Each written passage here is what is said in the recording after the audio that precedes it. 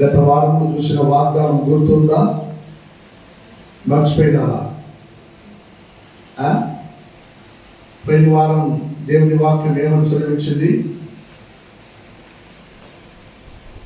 దేవుని చిత్తమును జరిగించువాడు నిరంతరము నిలిచెను. వాడు దేవుని మాట నెరవేర్చడానికి నిలిచి ఉండగా వారి మధ్యలో ఎవరు ఉంటారంట?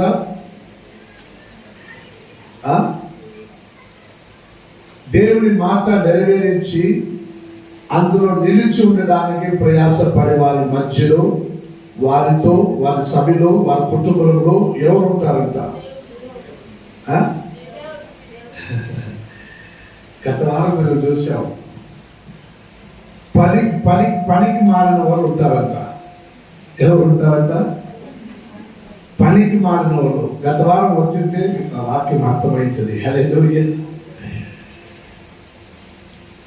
మీరు దేవుని యందు నిలిచి ఉండగా మీ మధ్యలో పనికి మారిన వాళ్ళు ఉంటారని వాక్యం సెలవించినది. హల్లెలూయా. వారు మిమ్మల్ని స్థిరంగా నిలబడడానికి వదిలిపెట్టారు. హల్లెలూయా. వదిలిపెడతారా? పెట్టరు. అందుకే ప్రియులారా, గత వారం గమనించిన ప్రకారం నిలవలేరు, నిలిచి ఉండడానికి తోడుండేవారు వదిలిపెట్టరు అని మనం చూసాం. సో ఈ వారంలో దేవుని వాక్యం నేరుగా వెళ్దాం. మొదటి యోహాన గ్రంథం, ఫస్ట్ జాన్ చాప్టర్ 3 వర్సెస్ 3వ అధ్యాయం. మొదటి యోహాన గ్రంథం 3వ అధ్యాయం రాని 2వ వాక్యం చదవండి. ఇప్పుడు మనము దేవుని పిల్లలమై ఉన్నాము. గమనించండి, ఈ మాట చక్కగా మీరు వినాలి. ప్రియులారా, ఇప్పుడు మనము దేవుని పిల్లలమై ఉన్నాము. మనమిక ఏమవుదుమో అది ఇంకా ప్రత్యక్షింపబడలేదు. హల్లెలూయా. ఇప్పుడు మనం ఎవరై ఉన్నామండి? రేపు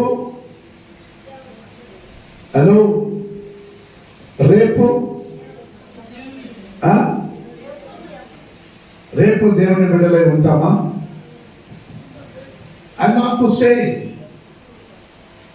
పోయిన వారం చెప్పిన మాటలు శ్రద్ధగా మీరు విన్నారంటే, పోయిన వారం దేని గురించి చెడ్డగా మాట్లాడబడిందో మీలో ఎవరైనా ఏదైతే చెప్పండి చూద్దాం.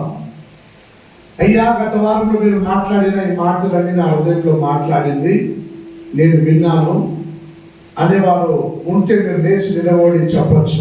హల్లెలూయా. చెప్తారా? దేవుని వాక్యం చెవులో చక్కగా వినాలి. ప్రార్థించేటప్పుడు అపవాది ఈ మాటలను మీ చెవులు పడకుండా దొంగిలించుకోకూడదు అని చెప్పి ప్రార్థన చేస్తాం. అదైతే మీ చెవులో ఆ మాటలు పోవకుండా మిమ్మల్ని ఏం చేస్తుంది అపవాది మాట? అపవాది ఏం చేస్తాడు? మాటలు చెవులు పోవనివ్వకుండా చేస్తాడు. హల్లెలూయా. అదైతే ఈ మాటలు మీ చెవులు పోనివ్వకుండా చేసేవాడు అపవాది ఉన్నారంటే, మీరు పోయిన వారంలో ఏ వాగ్దానము వాక్యము విన్నారో అందులో నిలిచి ఉన్నారా? ఈ వారం అంతా నిలిచి ఉన్నారా? నిలిచి ఉన్నారా? ఏమో కాసేపు కూర్చుంటే తర్వాత పనుకుంటే, నువ్వు కూర్చున్నావు, తిన్నావు, పనుకున్నావు, వాళ్ళు లెక్క కాదు. దేవుని మాట శ్రద్ధగా వినేవారుపై అందులో నిలిచి ఉండడానికి మీరు సిద్ధమై ఉన్నారా? హల్లెలూయా. హల్లెలూయా. లిటిల్ బిట్, కొంచెం 1 పాయింట్ తగ్గించు. హల్లెలూయా. గుడ్. ఈ రోజున వాక్యం చదివినారు. ప్రియులారా, ఇప్పుడు మనము దేవుని పిల్లలమై ఉన్నాం. ఇప్పుడు మనం ఎవరై ఉన్నాం? ఇప్పుడు మనం ఎవరై ఉన్నాం? మీరు నన్ను చూసి అదేమో నాకేం తెలుసు, నేను దేవుని పెట్టినా దయ్యం పెట్టినా నాకు తెలియదు అన్నట్టు ఉంది. ఇప్పుడు మనము ఏమై ఉన్నాం? మళ్ళీ మీరు అంటే చూస్తున్నారు. ఒక్కొక్కరు మీరు చూడండి, మీరు చూస్తే నాకు అన్ని గుర్తుకొస్తాయి. చెప్పండి, ఇప్పుడు మనము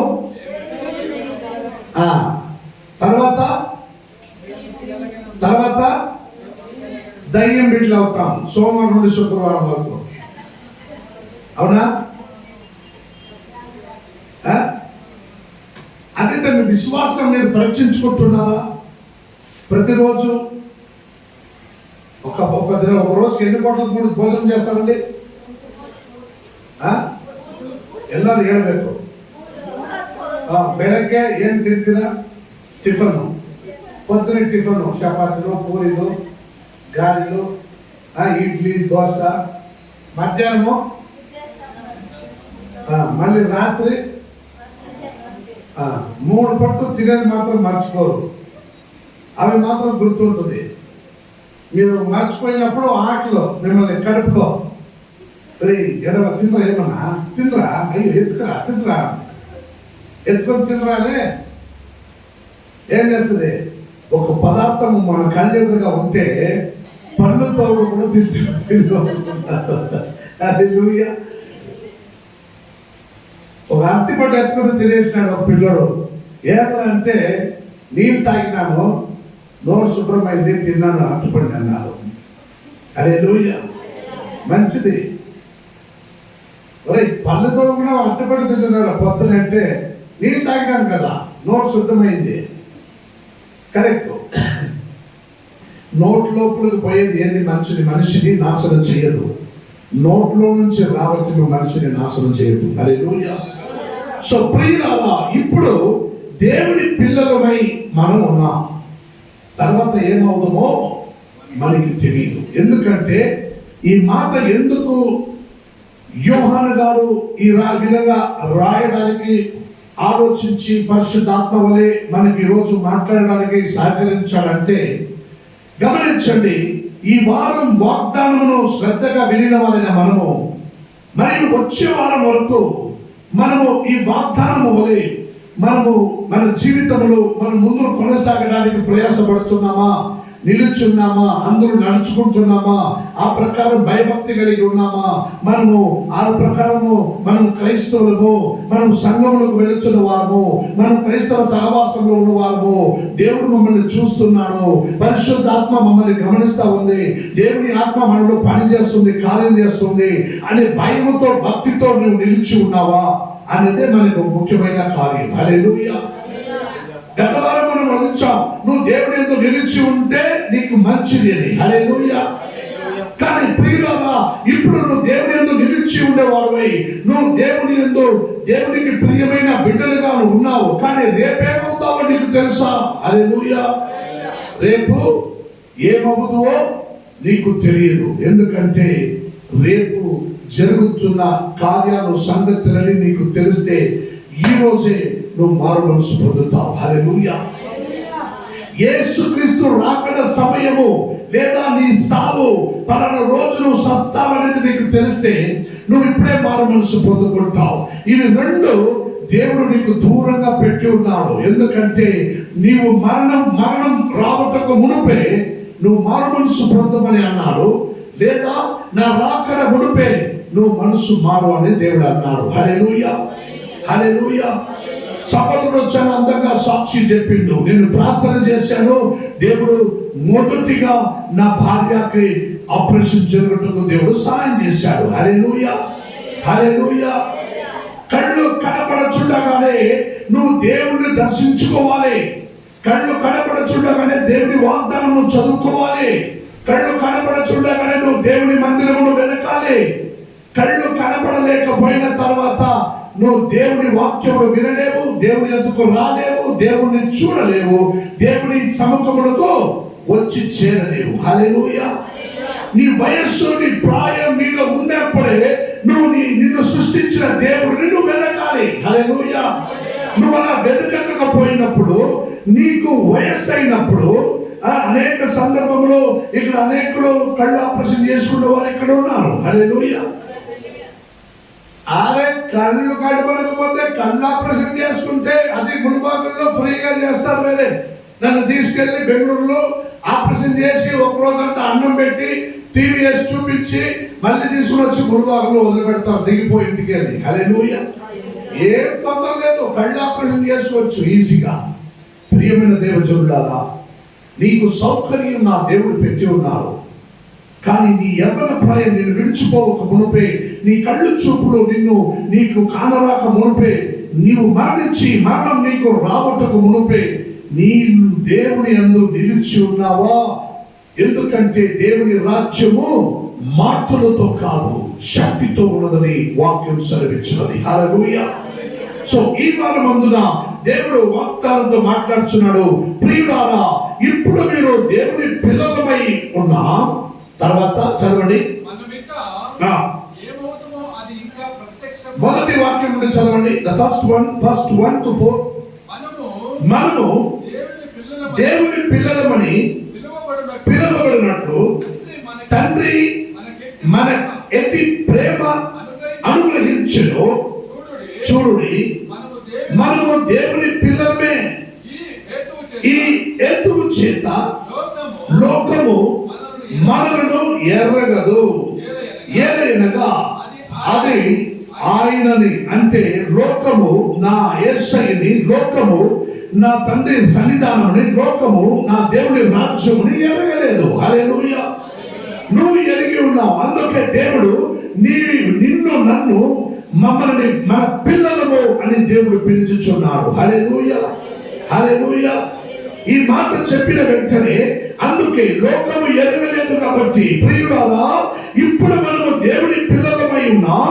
మనం ఇంకా ఏమవుదుమో అది ఇంకా ప్రత్యక్షపడలేదు. హల్లెలూయా. కానీ ఆయన ప్రత్యక్షమైనప్పుడు ఆయన ఉన్నట్లుగానే ఆయనను చూద్దాము. హల్లెలూయా. గనుక ఆయనను పోలి ఉందమని ఎరుగుదము. హల్లెలూయా. గమనించారా మాట ఎంత అందంగా చక్కగా నీతో మాట్లాడుతున్నది ఈ రోజు. హల్లెలూయా. దేవుని మాట చాలా చక్కగా నీతో మాట్లాడుతున్నది. కానీ ప్రతి వారం నీ చెవులో వినకుండా, నువ్వు కానరాక ఎరగకుండా ఉన్నావంటే లోకంలో ఉన్నవారు ఎరగలేదు. కానీ నువ్వు నా పిల్లలు అని దేవుడు అంటున్నాడు.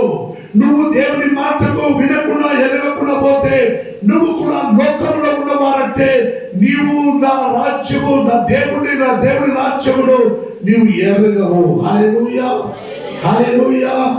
అందుకే 4వ వాక్యం చదువుతుంది. దేవుడు అంటున్నాడు, పాపము చేయు ప్రతి వారును ఆజ్ఞను గమనించండి. పాపం చేయువారు ప్రతి వారును దేవుడు నీకు నాకు ఇచ్చిన ఆజ్ఞను అతిక్రమం చేయబోతున్నారు. హల్లెలూయా. అతిక్రమం చేయబోతున్నాడు కాదు, అతిక్రమం చేసి ఉన్నారు. హల్లెలూయా. దేవుని ఆజ్ఞ అతిక్రమం చేసి ఉన్నాడు కాబట్టి దేవుని ఆజ్ఞలని మర్చిపోయినాడని అర్థం. హల్లెలూయా. అతిక్రమం అంటే ఏమిటండి? దేవుని ఆజ్ఞ అతిక్రమం అంటే ఏమిటండి? దేవుని ఆజ్ఞ ఏమిటో, దేంట్లో మీరటం చదవండి. సరే, వాక్యంతో పాటు చదువుకుందామా? నిర్గమకాండం రాండి. నిర్గమకాండం 20వ అధ్యాయానికి రాండి. 20వ అధ్యాయం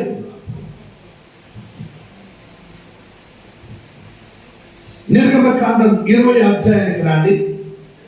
గమనించండి. పాత నిబంధన దినములలో దేవుడు కొన్ని ఆజ్ఞలు అనుగ్రహించారు.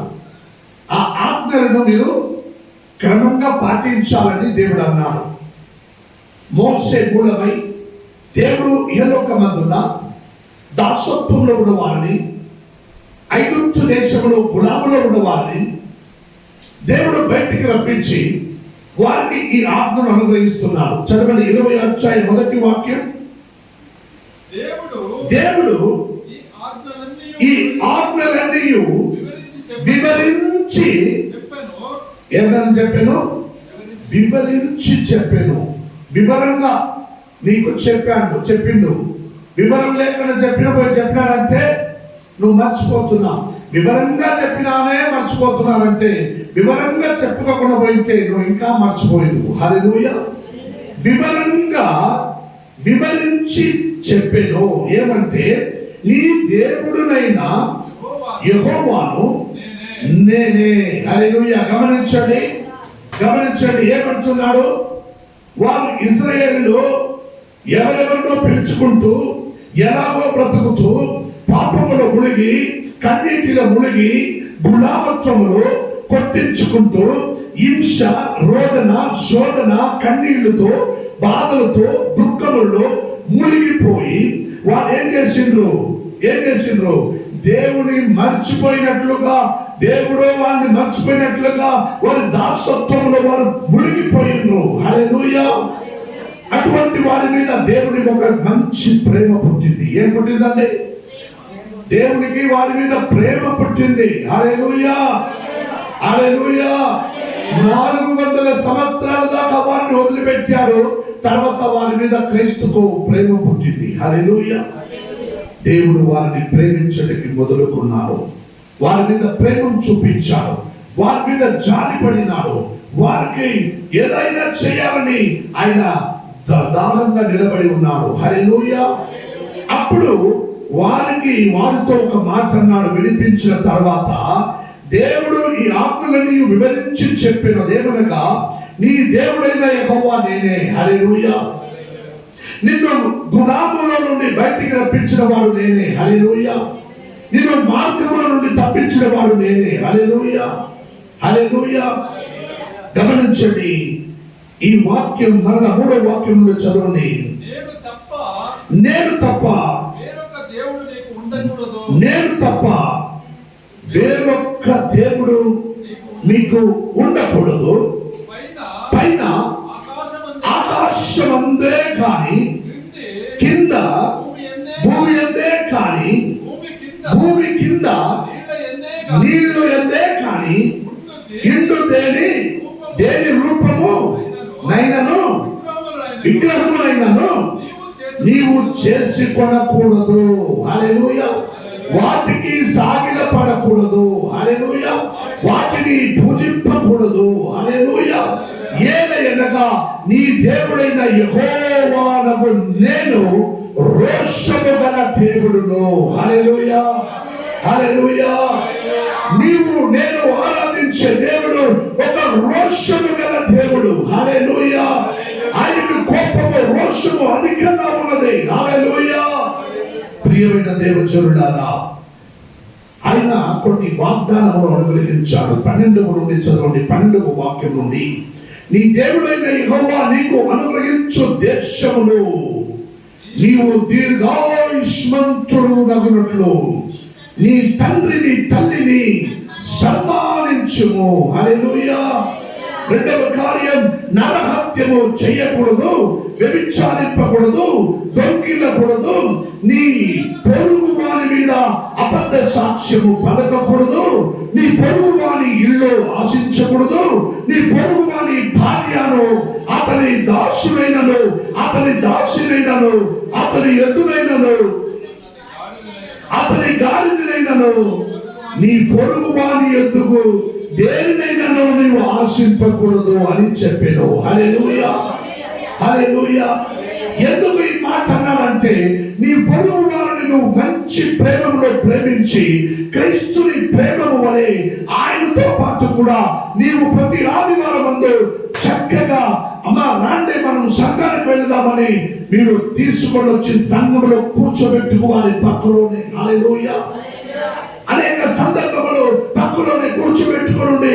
వీళ్ళు పాస్టర్ గారు, వీళ్ళు మా పక్కింటి వారు ఈ రోజు సంఘానికి వచ్చారు, దేవుని నామానికి స్తోత్రం అని చెప్పాలి. హల్లెలూయా.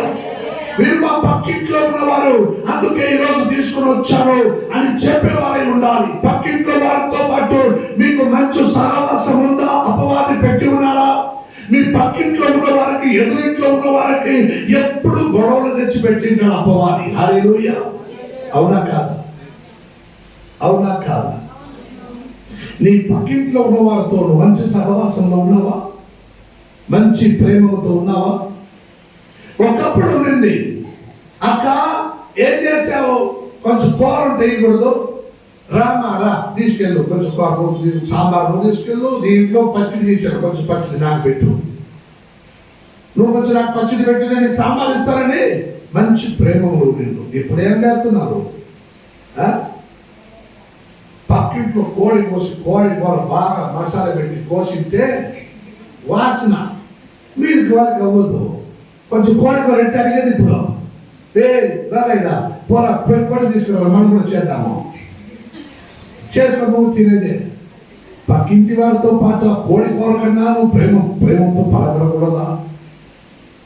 అమ్మా, నువ్వు పక్కింటి వారిని ప్రేమతో పొరుగు వారిని ప్రేమించకపోతే వారు కోడి కూర చేస్తే నీకు పెట్టడే. ఆలోచించుకోండి. అపవాది మీ మధ్యలో ఇటువంటి కార్యంటే చెప్పుడు పెట్టి ఉంటాడు. అందుకే దేవుడు అన్నాడు, నీ పొరుగు వారిని నీవు ప్రేమించాలి. ఇక్కడ ఒక 5 కార్యాలు అన్నాడు. ఏమన్నాడు? నీ తల్లిదండ్రులని సన్మానించాలి. అప్పుడు నువ్వు ఎలా ఉంటావు భూమి మీద, దేశంలో?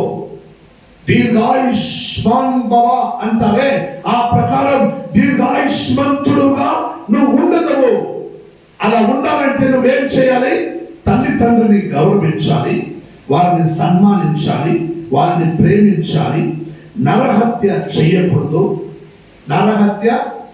చేయకూడదు, వ్యభిచారింపకూడదు, దొంగిలకూడదు, పొరుగు వారి మీద అబద్ధం సాక్షి పలకకూడదు. హల్లెలూయా. పొరుగు వారి భార్యని ఆశించకూడదు, పొరుగు వారి దాసుని ఆశించకూడదు, పొరుగు వారిని దేన్నైనా, వారి గాడిదైనా సరే, ఎద్దైనా సరే, కోరైనా సరే నువ్వు ఆశించకూడదు. హల్లెలూయా. పక్కింటి వారి గాడిదను కూడా నువ్వు ఆశించకూడదని వాక్యం సెలవిస్తుంది. అట్లయితే నువ్వు పక్కింటి వాడిని ఎంతవరకు ప్రేమించాలి? ఇప్పటి వరకు ఈ సంఘంలో ఇంతవరకు నువ్వు మాత్రమే వచ్చుచున్నావు. నీ పక్కింట్లో ఉన్నవారు ఈ సంఘానికి ఇప్పటిదాకా రాలేక ఉన్నారంటే దానికి కారణం నీవు పక్కింట్లో ఉన్న వాళ్ళతో సరైన ప్రేమలో నువ్వు లేదు అని అర్థం. హల్లెలూయా. పక్కింటి వారితో, ఎదురింటి వారితో నీకు గొడవలు, ఎప్పుడు చూసినా గొడవలు. అమ్మ ఊరే ఉండబడింది అట్ట గొడవలు. ఒకప్పుడు నేను వారి ఇంటికి పోయినాను, ఒక 10 నిమిషాలకు ముందరే గొడవలు, పెద్ద గొడవలు జరిగినాయి. జుట్టులు పట్టుకుని ఒకరు కొట్టుకున్నారు. నేను అమ్మా స్తోత్రం ఉన్నారా అని పోయేపాటికి, ప్రైజ్ ది లార్డ్ పాస్టర్ గారు రండి కూర్చోండి, ఏం తింటారు? జ్యూస్ తాగుతారా, కాఫీ తాగుతారా? ఎంత ప్రేమ సేవకుడి మీద. అరటిపండు నా తినండి, ఆపిల్కాయ నా తినండి. ఎక్కడో కనపడుతుంది, నిన్ను చూడాలని వచ్చిన ఈ పాస్టర్ గారికి నువ్వు ఎంత ప్రేమను చూపిస్తున్నావు. పక్కింట్లో ఉన్న వాళ్ళ దగ్గర జుట్టులు పట్టుకొని కొట్టుకున్నావేంది? ఇది ప్రేమ. అట్లయితే నీతో పాటు నీ పక్కింట్లో ఉన్న వాళ్ళు ప్రభు యేసుని ఎలా నమ్ముకుంటారు? ఎలా ప్రభు రాజ్యం చేరుకుంటారు? పరిపాలన చేసి నువ్వు నీ భార్య బిడ్డలు మాత్రం తింటే చాలునా? అరే పక్కింటి వారికి కొంచెం పెట్టాలమ్మా. అనేక సందర్భంలో పండుగలు జరుగుతుండగా ఒక అన్నము జాస్తి అన్నము ఒక చికెన్ అంతా పెట్టి వారింటికి ఇచ్చేస్తా, వేరింటికి ఇచ్చేస్తా, ఇంటికి ఇచ్చి పంపిస్తా. పక్కింటికి మాత్రం లేదు. వాళ్ళ గొడవలు వచ్చినాయి. అపవాది నీతో స్నేహం పలకరించి నువ్వు సంఘానికి వారిని తీసుకెళ్ళకూడదని నీ ఎదురింటి వారిని, నీ పక్కింటి వారిని నీకు శత్రువులుగా చేసి పెట్టి ఉన్నారు. హల్లెలూయా. నువ్వు నిలకడగా నిలిచి ఉన్న వారిని నీ శత్రువుని నీకు మిత్రులుగా చేస్తానని దేవుడు అందుకే అన్నారు. హల్లెలూయా. సో ఇక్కడ వాక్యం పలకరించిన ప్రకారం ఈ వాగ్దానము సెలవిస్తున్నాయి, నీ పొరుగు వాడి ఎద్దుకు దేనినైనా ఆశించబడద్దు. పక్కన ఉన్నవాడు, నేను అనేక సార్లు చెప్పినాను కదా, పక్కింట్లో ఉన్నవాడు ఇల్లు కట్టేవాడు ఏం చేస్తాడు? కొంచెం అలా జరిగి వస్తే చాలు, ఆ పక్క ఇది మా స్థలము, రావద్దురా ఈ పక్క, నూరు దారం కట్టరా, కరెక్ట్గా నూరు దారం పెట్టి అక్కడి నుంచి ఆ పక్క నీ ఇల్లు, ఇక్కడ నుంచి ఈ పక్క నా స్థలము, కట్టుకోవాలని స్థలంలో వాడు ఇల్లు కట్టేటప్పుడు వాడు వచ్చి ఇటు వచ్చేస్తాడని వచ్చి పొద్దున్న సాయంత్రం వరకు అక్కడే నిల్చుకొని చూస్తూ ఉంటాడు. వాడు ఇల్లు కడతాడు, వచ్చేస్తాడని ఈ పక్క. వాడు పాయ వేసి అంత గట్టి అయినాక ఇప్పుడు రాడులే అని వాడు లేచిపోతాడు బయటికి. హల్లెలూయా. గెలుపులో కూడా నేను అనేక సందర్భాలు చెప్పినాడు కదా, గెలుపులో కూడా ఏం చేస్తూ ఉంటాడు,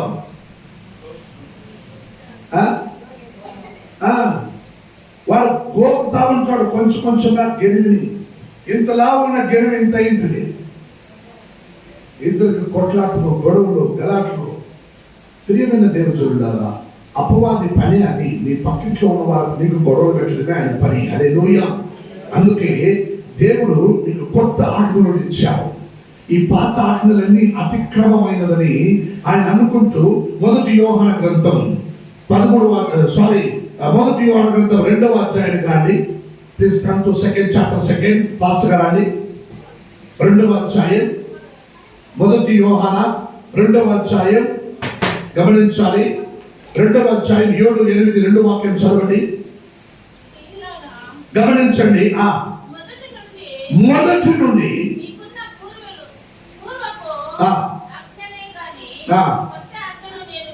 గమనించండి, మీకు పూర్వములో నుండి వచ్చిన ఆజ్ఞలే కానీ నేను కొత్తగా ఏమీ లేదు. కానీ ఈ పూర్వపు ఆజ్ఞ మీరు వినిన మరియు కొత్త మీకు. గమనించండి, ఇవన్నీ రాసి ఉన్నాను. దేవుడు పాత గ్రంథంలో అన్నాడు ఏమని, నీ తల్లిదండ్రులని సంపాదించు, వ్యభిచారింపకు, దొంగలింపకు, అబద్ధం సాక్షి పలకకు, నువ్వు పొరుగు వారిని ప్రేమించు అన్ని అన్నాడు. పాత నిబంధన గ్రంథం నీ పొరుగు వారిని, నిన్ను నీ పొరుగు వారిని ప్రేమించుకుని ఒకే మాటల్లో ధర్మశాస్త్రం నెరవేరిపోయింది. అయినా ప్రతి ఒక్క క్రైస్తవ సహవాసంలో ఉన్నవారు ఆజ్ఞలు అతిక్రమించారు. హల్లెలూయా. ఆజ్ఞ అతిక్రమం ఎలా జరిగిందంటే, చెయ్యొద్దు, తల్లిదండ్రులు సన్మానించమంటే తల్లిదండ్రులు పట్టుకుని 4 పీకులు. హల్లెలూయా. తల్లిదండ్రుల్ని కొట్టిండ్రు, తల్లిదండ్రుల్ని హింసించిండ్రు. అనేక సందర్భంలో తల్లిదండ్రుల్ని వాళ్ళు ఏం చేశారంటే ద్వేషించిండ్రు, ప్రేమించలేదు. ఇటువంటి కార్యాలన్నీ జరిగినది కాబట్టి అనేక సందర్భంలో ఏమైనది, ఈ ఆజ్ఞ అతిక్రమమైనది. హల్లెలూయా. వారు దేవుని మాటకు శ్రద్ధగా వినకుండా ఆజ్ఞ అతిక్రమించే వారై ఉన్నారు. మరియు కొత్త ఆజ్ఞను మీకు వ్రాయించున్నాను. చదవండి పైకి. చీకటి గతించుచున్నది, సత్యమైన వెలుగు ఇప్పుడు. ఆమేన్. హల్లెలూయా. ఇది కొత్త నిబంధనలో ఉన్న ఆజ్ఞ నీకు. హల్లెలూయా. కొత్త నిబంధనలో ఉన్న ఆజ్ఞ ఏమిటండి? చీకటి గతించుచున్నది, సత్యమైన ఒక వెలుగు ఇప్పుడు నీ కోసం ప్రకాశించుచున్నది. హల్లెలూయా. హల్లెలూయా. యోహాను గ్రంథం 13వ అధ్యాయానికి రండి. యోహాను స్నానకుడు రాసిన గ్రంథం 13వ అధ్యాయానికి రండి.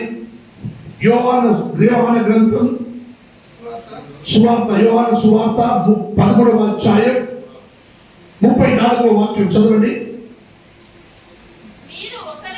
మీరు ఒకరినొకరు ప్రేమించవలనని.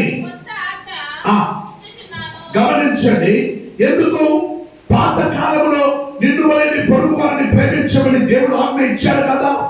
ఆ ఆజ్ఞలని అతిక్రమమైనది కాబట్టి ఇక్కడ కొత్తగా నీకు ఒక ఆజ్ఞను నా దేవుడు వ్రాయించున్నాడు. హల్లెలూయా. ఆ వ్రాయించున్న ఆజ్ఞలు ఏమిటంటే, నేను మిమ్మల్ని గమనించండి, మీరు ఒకరినొకరు ప్రేమించవాలని కొత్త ఆజ్ఞ వ్రాయించున్నాను. నేను మిమ్మల్ని ప్రేమించిన ఎడల మీరు ఒకరినొకరు. ఇది కొత్త నిబంధనలు నీ కొరకు ఇచ్చిన ఆజ్ఞలై ఉన్నది. హల్లెలూయా. హల్లెలూయా.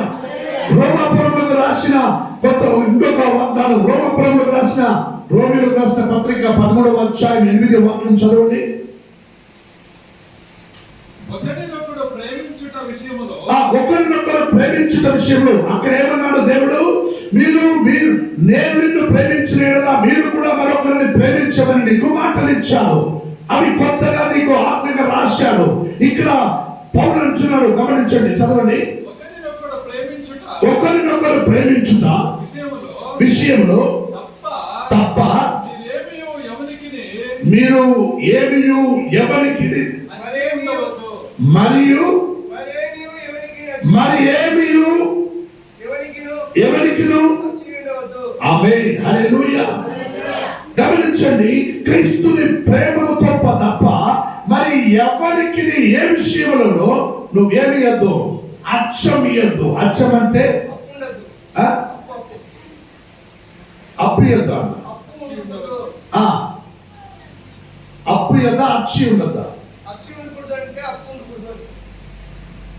అప్పు అవి సరైన వర్డ్ కాదు. అచ్చి ఉండకూడదు అంటే ఇప్పుడు వారికి నేను ఎలా చెప్పేది, ఇప్పుడు చెప్తే ఏమనుకుంటారో ఏమో అనుకుంటారు కదా. ఇవాళ ఏదో ఏం తిరుగుకుంటారో ఏమో, వాళ్ళు ఇప్పుడు నేను అంటే వాళ్ళు ఏమనుకుంటారేమో, ఒక అచ్చం వాళ్ళు వస్తుంది. దేశంలో కాదు, అయ్యో ఇప్పుడు వాళ్ళకి ఏమైనా చెప్తే వాళ్ళు ఏమైనా అనుకుంటారు, ఇప్పుడు ఎట్లా చెప్పేది నేను, ఒక ఫీల్ వాళ్ళు వస్తుంది.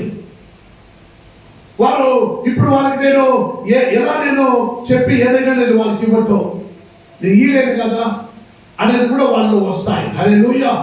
సో ప్రియమైన దేవుని చూడాలా, మీరు చదవండి మరొకసారి వాక్యం. ఒకరినొకరు ప్రేమించుట విషయంలో తప్ప మరి ఏమీ ఎవరికి అచ్చి ఉండవద్దు. ఎవరిని? పొరుగు వారిని ప్రేమించువాడే ఎవరై ఉన్నాడు? గమనించండి, పొరుగు వారిని ప్రేమించువాడే ఎవరై ఉన్నాడు? ధర్మశాస్త్రం అంటే ఈ బైబిల్ నెరవేరించువాడై ఉండాలని వాక్యం సెలవిస్తున్నది. హల్లెలూయా. ఈ బైబిల్ నెరవేరించువాడు అయితే నీవు, ఈ ధర్మశాస్త్రం నెరవేరించేవాడు అయితే, నెరవేరించాలంటే నువ్వేం చేయాలి? ఏం చేయాలండి? ఒక్కరినొక్కరిలో మంచి క్రీస్తుని ప్రేమ పుట్టించుకోవాలి. క్రీస్తుని ప్రేమ వలె మీరు పలకరించుకుంటూ, క్రీస్తుని ప్రేమ వలె మీరు, అందుకే కదా ప్రతిసారి పండగ సమయం మధ్యలో అనేక ఇంటికి వెళ్ళి అనేకుడికి కొన్ని పలహారాలు చేసి, ఇదో క్రీస్తు పుట్టాడు, నాకు పండగ, నాకు సంతోషము, నాతో నువ్వు కూడా సంతోషించు, నాతో నీవు కూడా పలకరించుకొని పండగల మూలంగా వారికి క్రీస్తు పుట్టాడనే స్వార్థమును ప్రకటిస్తాం కదా, స్వార్థమును చెప్తాం కదా. ప్రియమైన దేవుడు చూడాలా, నువ్వు ఎలా చేయటం, ఎలా ఇవ్వటం, ఎలా అంటే చెప్తే ఏమనుకుంటారో, ఇస్తే ఏమనుకుంటారో అని అదే భావనలో నువ్వు ఉంటే నువ్వు క్రీస్తుని ప్రేమ నెరవేర్చేవాడు కాదు. క్రీస్తుని ప్రేమ నువ్వు నెరవేరించకపోయినందున నువ్వు ధర్మశాస్త్రమును కూడా నువ్వు భూమిలో నెరవేర్చడానికి నీకు సాధ్యం లేదు. హల్లెలూయా. నువ్వు మంచి క్రీస్తుని ప్రేమను గలవాడవైతే నీవు క్రీస్తుని ధర్మశాస్త్రమును నెరవేరించేవాడు నీవు అవుతావు. హల్లెలూయా. ప్రియమైన దేవుడు చూడాలా, కొలెస్సీయులకు రాసిన పత్రిక 3వ అధ్యాయం రాండి. కొలెస్సీయులకు రాసిన పత్రిక కొంచెం ఫాస్ట్ గా రాండి. కొలెస్సీయులకు రాసిన పత్రిక 3వ అధ్యాయం 12 నుండి చదవండి. గమనించండి, ఈ ధర్మశాస్త్రమును నువ్వు నెరవేర్చేవాడు అయితే దేవుని చేత ఏర్పరచబడిన వారును పరిశుద్ధులను ప్రియులైన వారికి తగ్గినట్లు నీవు జాలిగల మనస్సును, దయాళత్వమును, వినయమును, సాత్వికమును, దీర్ఘశాంతమును. ఆమేన్. హల్లెలూయా. హల్లెలూయా. నన్ను ఒక అమ్మ ఒక కారణం వచ్చి నాకు చెప్పింది, పాస్టర్ గారు నేను ఇంట్లో నుంచి బయటకు వస్తే ఆ ఎదురింటి ఆయన తుపక్కన ఉంచేసిపోయింది. ఆయన పాపము ముక్కులో కాలిందో ఏమొచ్చిందో, ఆమె బయటకు వచ్చి అని ఉంచేసుకోవాలని వచ్చింది. ఆ టయానికి ఈమె ఇంట్లో నుంచి బయటకు వచ్చింది. నన్ను చూసే ఉంచేసిపోయింది ఆయన అని అక్కడ వాదాంతం కలిగింది. అరే, ఒకరోజు బస్సులో ఎక్కి ఇక్కడ కూర్చొని ఉన్నాను. ఒక ఆయన ముసలాయన బాగా ఒక్కాకేసి బాగా నమ్ముకున్నది. నమిలి నమిలి నమిలి ఇంత అయిపోయింది నోరు నిండగా ఇట్లా. అరే, బస్సు వచ్చిందని నేను ఎక్కడానికి అట్లా పోయినాను.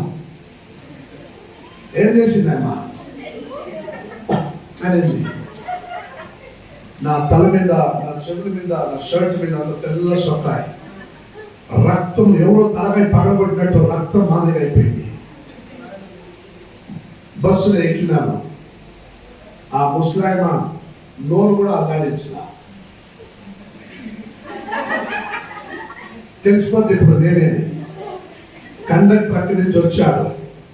ఈమె కూర్చుంది అని చెప్పింది. వాళ్ళ కోపం వచ్చి బాగా తిట్టిండు.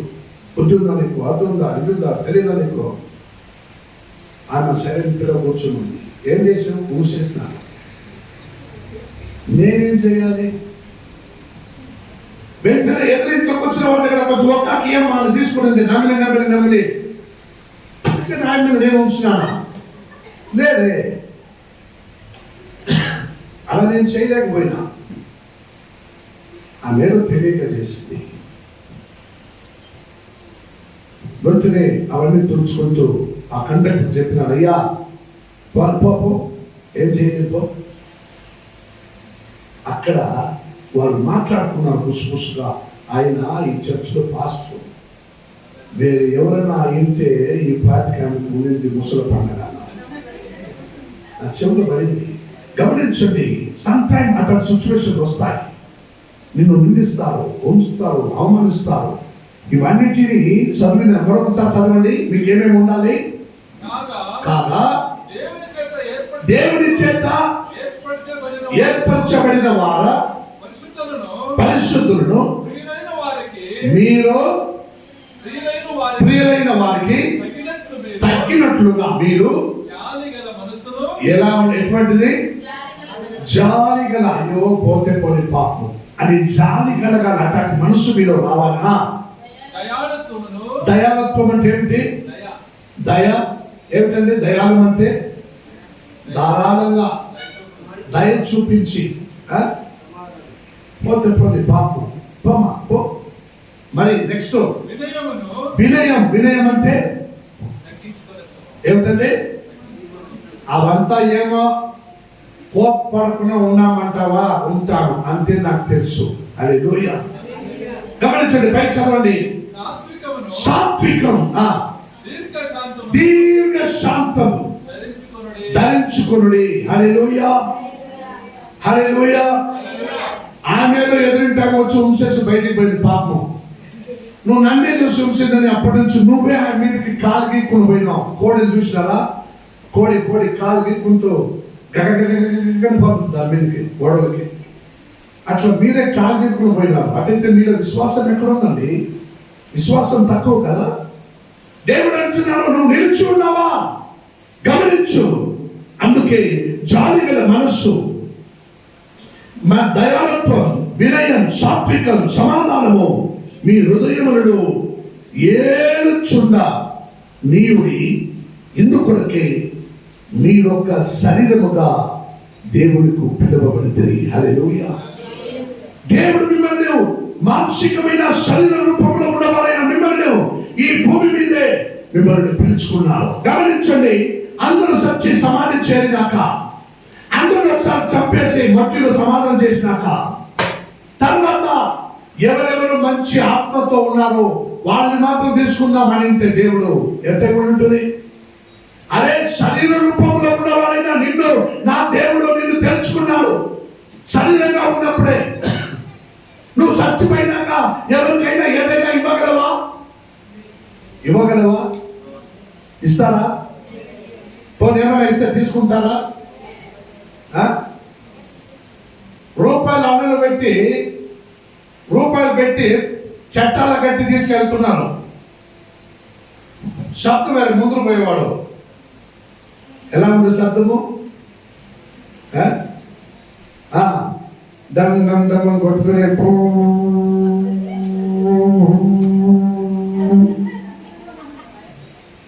చట్టాలు పడుకున్న వాడు తల మాత్రం ఆడుతా ఉంది. రూపాయలు పెట్టారు ఇక్కడ. ఒరే ఎక్కడ తీసుకెళ్తావా? కూర్చేదానికి. వాడు పోయిందో. ఇక్కడ జరుగుతున్నది ఎవరికే తెలియదా.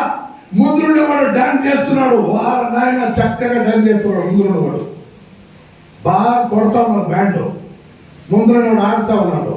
ఈ తల మాత్రం ఆడుతా ఉంది. తీసుకెళ్తూ ఉంది. తర్వాత నువ్వేం చేయలేవు. అక్కడ ఏం జరుగుతున్నాయో నీకు తెలియదు. బ్రతుకుండగానే నీలో శక్తి ఉండగానే దేవుని రాజ్యం తెలుసుకో. నీ కళ్ళు చూపు నీకు ఉండేటప్పుడే దేవుని గురించి తెలుసుకో. దేవుని దర్శించు. దేవుని వాక్యం చదువుకో. నీకు బలం ఉండేటప్పుడే దేవుని మందిరానికి వచ్చాయి. ఇప్పుడు మా అమ్మకి 80 వయసు దాకా అయింది. ఆమె నడవలేక చర్చికి పోలేక, అయ్యో నేను చర్చికి పోలేక ఉన్నానే అని బాధపడతా ఉంది. వయసు అయిపోయిన తర్వాత నువ్వు చర్చికి పోలేవు. నువ్వు కుంటి వాళ్ళైనాక నువ్వు నడుచుకుంటూ చర్చికి రాలేవు. కళ్ళు చూపుడు పోయినాక నువ్వు దేవుని వెతకలేవు, చూడలేవు. అంటే అన్ని బాగుండేటప్పుడే ఎప్పుడు నీకు కళ్ళు చూపుడు పోతాయో, ఎప్పుడు నీకు బలహీనం అవుతావో, ఎప్పుడు షుగర్ వస్తుందో, ఎప్పుడు వ్యాధి వస్తుందో, ఎప్పుడు టీవీ కాయ వస్తుందో, ఎప్పుడు పడతావో, ఎప్పుడు నట్టదు. హల్లెలూయా. ఇక్కడ మనకు తెలిసిన పరిచయమైన మనిషి పక్కలో నుండి ఒక ఆయన ఎప్పుడో ఒక అక్కడ నమ్ముకుంటూ ఉండిపోతుంటారు. అందుకనే ఆ టయానికి 2 ముద్దలు తిని ఒక నమ్ముకులు ఉండటం. ఇప్పుడు హాస్పిటల్లో పడుకొని ఉన్నారు. అడిగితే ఆయన శరీరంలో రక్తం తగ్గిపోయింది. 3 ml మాత్రమే బ్లడ్ ఉందంట. బాగా గట్టిగా మాట్లాడుతున్న మనిషి ఇప్పుడు మాటలు స్లోగా అయిపోయింది. సార్ సార్ చిన్నగా అట్లా స్లో అయిపోయింది. ఇంకా హాస్పిటల్లో 15 రోజులు హాస్పిటల్లో ఉన్నా.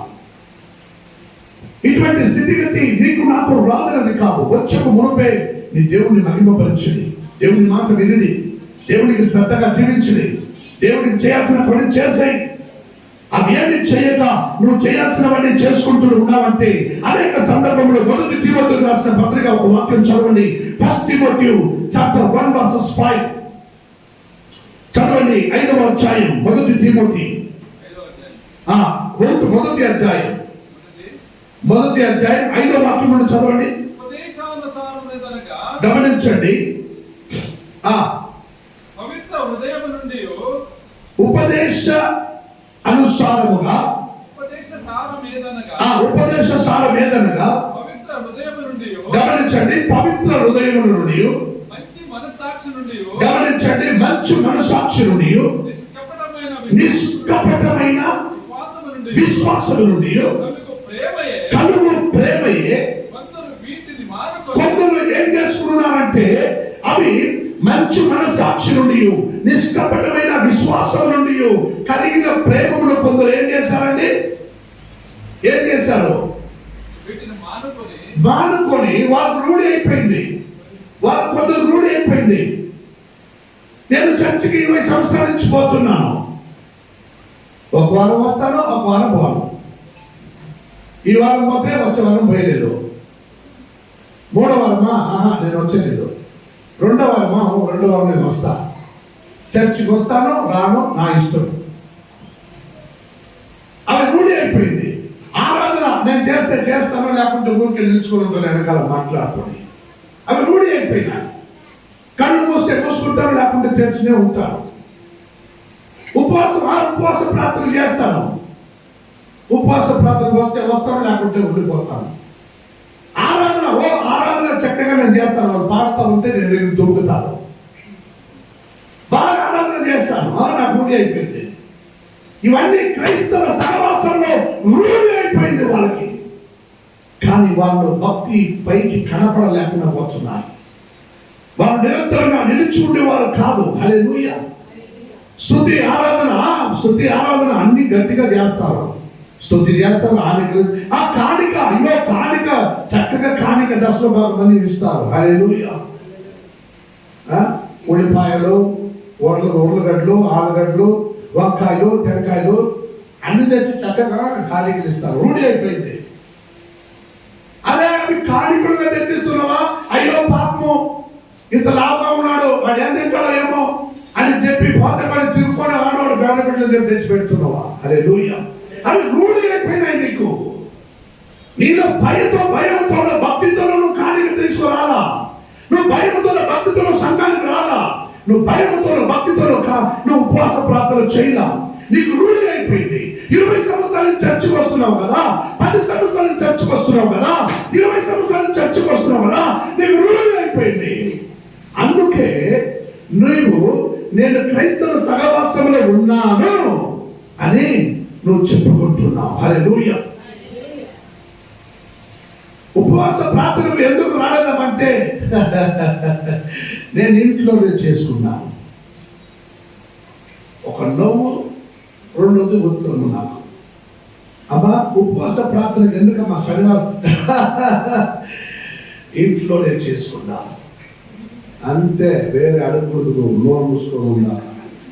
పాస్టర్ ఎందుకు ఉపవాస ప్రార్థనకు రాదంటే నువ్వు అడగకూడదు. నేను నవ్వినానా? అర్థం చేసుకో. ఉపవాస ప్రార్థనకి వస్తా, లేకుంటే రాడు.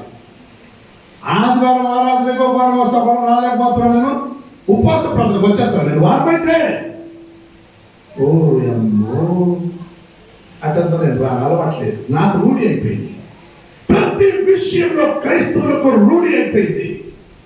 చర్చి పోవాలా, కాணிకలు ఇవ్వాలా, ఉపవాసం అన్నీ నాకు తెలుసు, అన్నీ నాకు తెలుసు, కొత్తగా నాకు ఏం లేదు. అయినా నువ్వు నిలకడగా పట్టుదల కలిగి క్రీస్తునందు నువ్వు నిలవలేకపోతున్నావు. హల్లెలూయా. క్రీస్తునందు విశ్వాసం నీలో తక్కువైపోయినది. హల్లెలూయా. అందుకే ఎఫెసీయులకు రాసిన పత్రిక ఒకే ఒక వాక్యం మీ కొరకు నేను చదవండి. ఎఫెసీయులకు రాసిన పత్రిక 4వ అధ్యాయం 4వ వాక్యం, ఒకే ఒక వాక్యం చదవండి. గమనించండి, చదవండి. శరీరం గమనించండి. నీ శరీరం ఒక్కటే. ఆ ఒకే శరీరంలో నువ్వు ఆరాధన చేయాలా, స్తుతి చేయాలా, స్తుతించాలా, ప్రార్థించాలా, ఆరాధించాలా, సంఘానికి రావాలా, మహిమపరించాలా, ఉపవాస ప్రార్థన చేయాలా, కాணிకలు ఇవ్వాలా, దేవుని యందు మోకరించాలా, కన్నీళ్లు విడవాలా, ప్రభుని మహిమపరించాలా, అన్నిటి చేయాలా ఒకే శరీరమందు. నీకు ఒకే శరీరం. నువ్వు చచ్చిపోయి మళ్ళా కుక్కగా నక్కగా నువ్వు పుట్టవు. అలా లోకంలో చెప్పుకుంటూ తిరుగుతున్నారు. ఈ జన్మలో నేను నీకు భార్యగా ఉన్నట్లే ఎన్ని జన్మలు ఎత్తుకున్నా నేనే నీకు భార్యగా రావాలి, నీవే నాకు మొగుడుగా రావాలి. దొరుకుతున్నా అమ్మ, నీకుండదు ఒకటే శరీరం, ఒకటే దేవుడు, ఒకటే పరిశుద్ధాత్మ, ఒకటే బాప్తిసం, ఒకటే జీవితం, ఒకటే మరణం. మళ్ళీ నువ్వు పుట్టవు.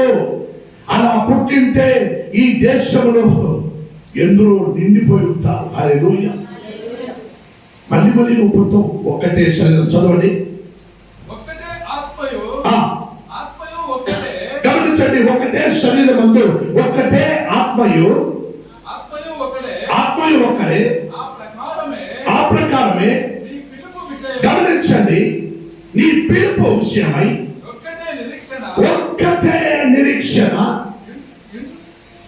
ఒక్కటే నిరీక్షణ. ఆమేన్. హల్లెలూయా. మీరందరూ ఎందుకు పిలువబడుతుంది? అమ్మా, అందరూ ఎందుకు పిలువబడుతుంది? ఈ వయసు అయిన వాళ్ళు ఊళ్ళో ఏం చేస్తారంటే ఒక్క చేసుకుని నమ్మకం కొడుతారు. వాళ్ళకి పని పాట లేదు. ఎవరు అట్లు పోతాడు, ఎవరో రాయా ఇక్కడ అని పిలిచి లేని కథలు మాట్లాడి ఎవరు పైకి అడుగుతారు. అరే ఒక్క నమ్మకం కూడా రాదు, క్రీస్తువులా కాదు. హల్లెలూయా. వాళ్ళు ఏం చేస్తారంటే పనికి మాలని పని వాళ్ళు చేస్తుంటారు.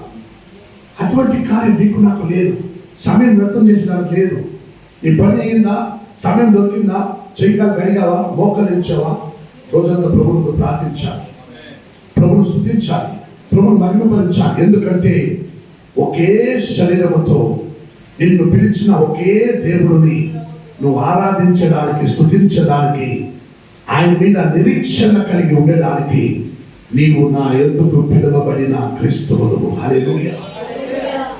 నా బిడ్డ, నా కొడుక, నా కుమారుడా, నువ్వు నా కొడుకువే, నువ్వు నా కూతురువేని నీవు పిలువబడితివి. క్రీస్తు నిన్ను పిలుచుకున్నాడు.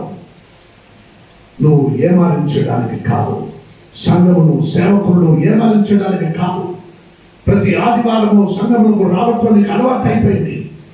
పోతే సమయానికి సరిగ్గా రాకుండా ఇష్టం వచ్చినట్లు ఇంట్లో నుంచి బయలుదేరి అలవాటు అయిపోయింది. వస్తే వచ్చినాను పాస్టర్ అడుగుతారు, ప్రైజ్ ది లార్డ్ సిస్టర్, పోయిన వారం ఎందుకు రాలేదు?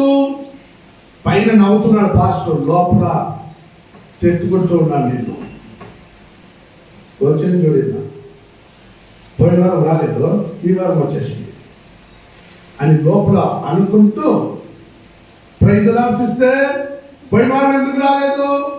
అలా నేను అడిగినప్పుడు ఓహో ఇది ఎదురు ఇట్లా అడుగుతున్నాడు, లోపల వేరే ఆలోచిస్తున్నాడు అని అనుకోవద్దండి.